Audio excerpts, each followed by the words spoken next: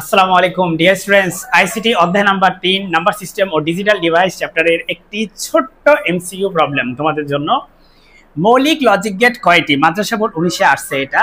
Option ক 2টি, option খ 3টি, অপশন গ 4টি, আর অপশন ঘ সেটা হচ্ছে 7টি।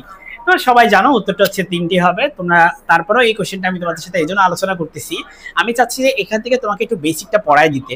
মৌলিক গেট হচ্ছে 3টা, একটা হচ্ছে অর গেট, আরেকটা হচ্ছে নট গেট, আরেকটা হচ্ছে এন্ড গেট। এই 3টা, যেখানে নট গেটের আরেকটা নাম হচ্ছে ইনভার্টার। নট গেটের আরেকটা নাম হচ্ছে ইনভার্টার, কারণ নট গেট যেটা করে সেটা হচ্ছে ও কোনো একটা ইনপুটকে নেয়, নিয়ে সেটাকে ইনভার্ট করে দেয়। মানে ও যদি 1 কে পায় 1 কে ইনভার্ট করে ও বানায় ফেলে হচ্ছে কত 0, আর যদি 0 কে পায় 0 কে ইনভার্ট করে বানায় ফেলে হচ্ছে 1।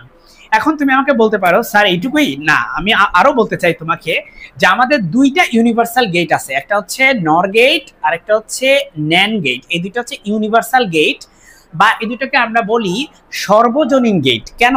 কারণ এই দুইটা গেট দিয়ে তুমি মৌলিক গেটগুলো বানাইতে পারবা। এই দুইটা গেট দিয়ে যে কোনো বুলিয়ান ফাংশনকে তুমি বাস্তবায়ন করতে পারবা। তার মানে এই দুইটা গেট দিয়ে কি করতে পারবা, তুমি যে কোনো বুলিয়ান ফাংশন, বুলিয়ান এক্সপ্রেশনকে তুমি বাস্তবায়ন করতে পারবা নর গেট আর হচ্ছে ন্যান্ড গেট দিয়ে।